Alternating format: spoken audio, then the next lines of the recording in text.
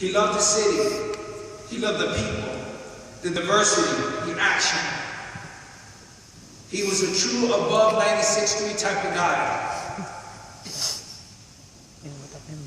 Number 9, he was kind and generous. He was very popular in the neighborhood. And kids especially loved him. He's always bugged out with them, joked with them, gave them candy, lent them money. He got along with people from all different races and denominations. He even tried to learn their languages like Russian and Hebrew. He sounded funny, but he didn't care. He liked people who were different. That was important.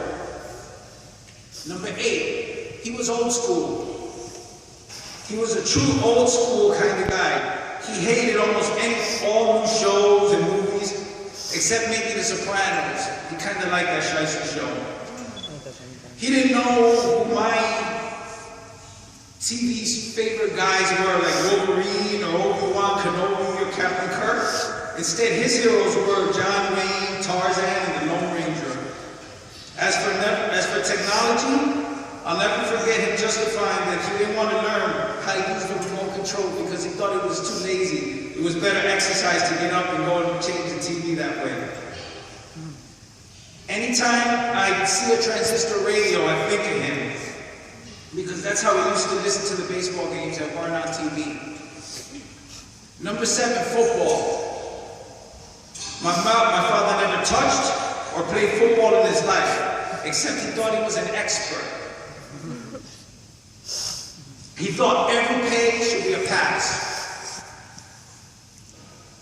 He didn't care what the score or the situation was. All he wanted was passing, passing, passing. Dan Marino and his receivers were the favorite in the 80s. That drove me nuts because I didn't like the Dolphins very much.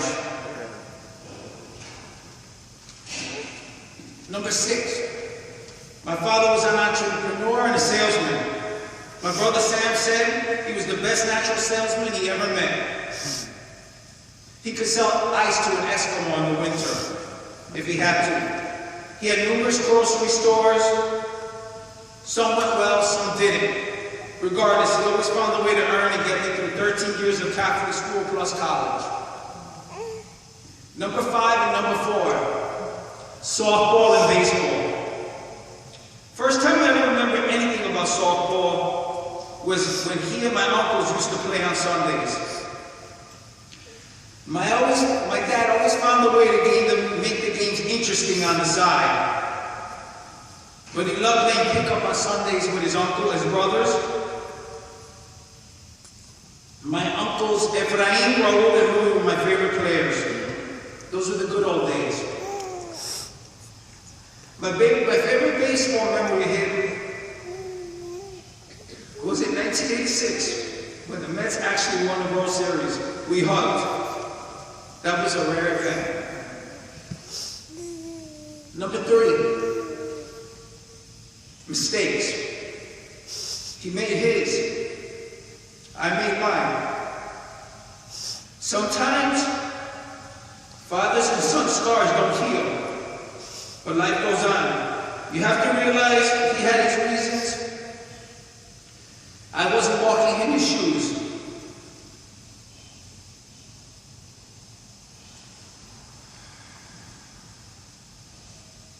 I won't waste time with my family.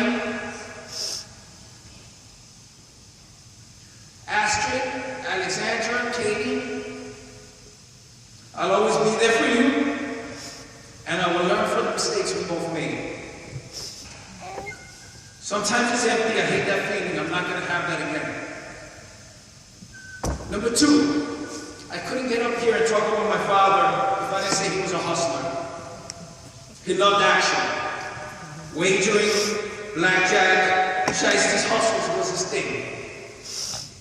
He liked sandbagging, pretending in his house, even mobile. He was a classic character.